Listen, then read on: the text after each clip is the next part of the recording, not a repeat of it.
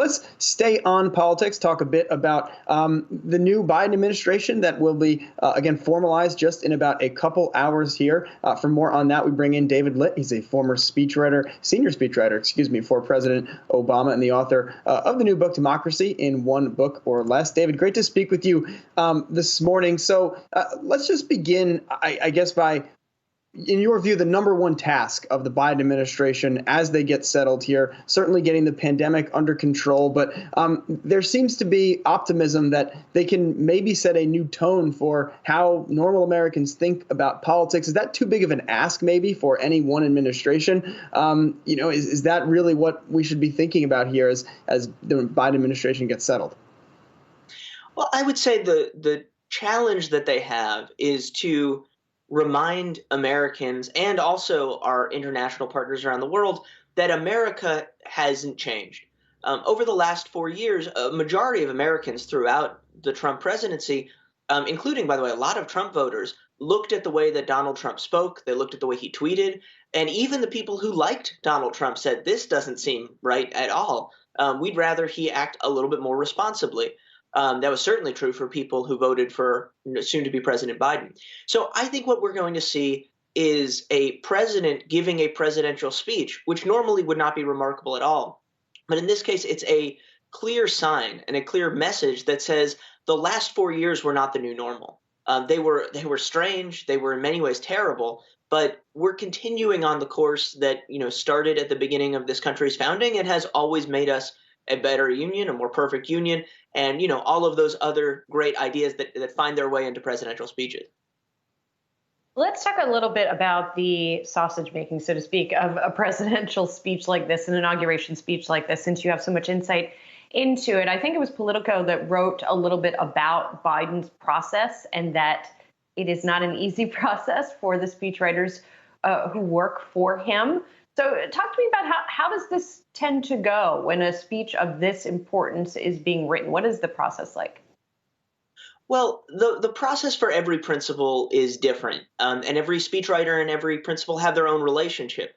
Vinay Reddy, who's President Biden's incoming chief speechwriter, who worked for him in the White House, who I know from back there, who's a terrific speechwriter, has worked with the vice president, now the president-elect, for a long time. And I think what you see with a big speech like the inaugural is that personal relationship really coming into play. Because what happens is, really a speech like the inaugural, people start to think about the moment the election is over, maybe even before that. I mean, I think it would be hard to find a senator on Capitol Hill who does not have an inaugural address kind of kicking around their head a little bit. And so a lot of expectations get put on this speech. As you would imagine, an incoming president takes this speech tremendously seriously. And so it is one of those things where, as a speechwriter, it's a real challenge because when the stakes are that high and lots of people want to have input, sometimes you can lose sight of whatever it is that made the speech or made the ideas in the speech special in the first place. So I would imagine a speechwriter's job and the incoming president's job is to keep the core of whatever they're excited about, while also thinking about ways that the moment has changed, thinking about how to make sure that it's relevant to these particular circumstances. I suspect they will do quite well, just knowing them. But I think I'm sure they've done a lot of work.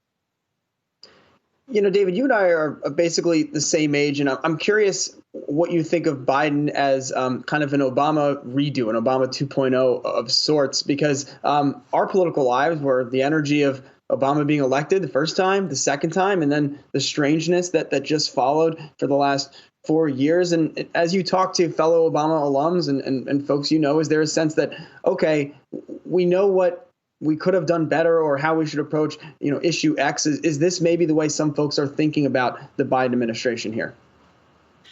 Well, so one thing you said, kind of the strangeness of the last 4 years, and I'm allowed to editorialize a little bit. So I think it's important that we remember just how awful these last 4 years have been. I mean, look at the number of crises that President Biden will be inheriting. And that makes this moment different than when President Obama took office. And the other thing that I think is very important, I do think President Biden will benefit from bringing in the many Obama administration veterans he has, veterans of his own Senate office. I mean, this is an experienced group of very competent, really smart people who know what they're doing. That will matter a lot. At the same time, I don't think that Joe Biden ever saw this presidency as just another term for Obama. In many ways, it's building, right? In theory, we should be building. Every presidency should be building on the one after it. That's how we make progress as a country.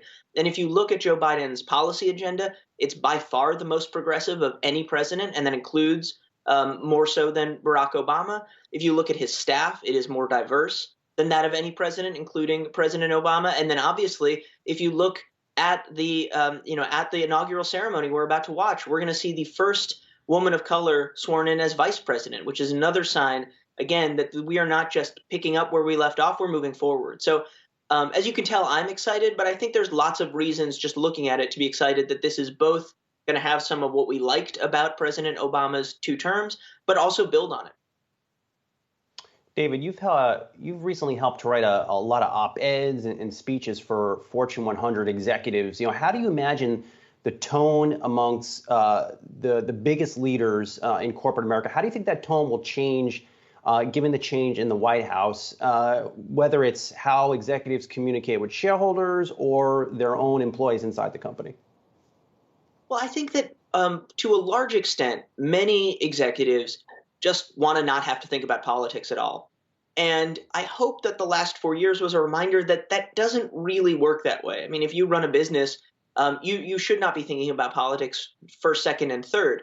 But you do have to think about the role that you play in this country. I think that, by the way, that's true for all of us, right? If we're Americans, we have our job, but then we also have to think about how we participate in our democracy.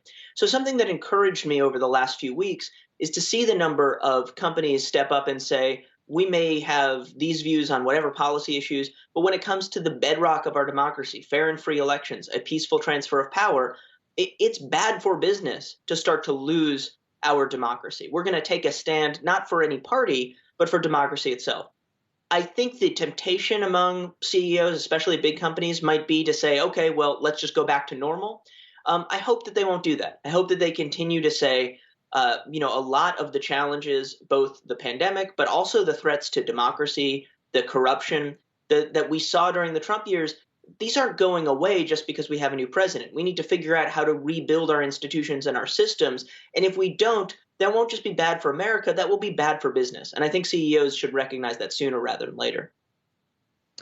And, David, it's a great point. I mean, there's certainly a sense of relief that the Trump era is over. But, as you note, there's a lot of tragedy and a lot of bad things. 400,000 people have died in the last year because of a global pandemic that walked in the door under his watch. Certainly worth being more solemn, perhaps, about some of that on this day. David Litt, really appreciate you taking the time to join us this morning. Former senior speechwriter for the Obama administration and the author of Democracy in One Book or Less. Really appreciate it.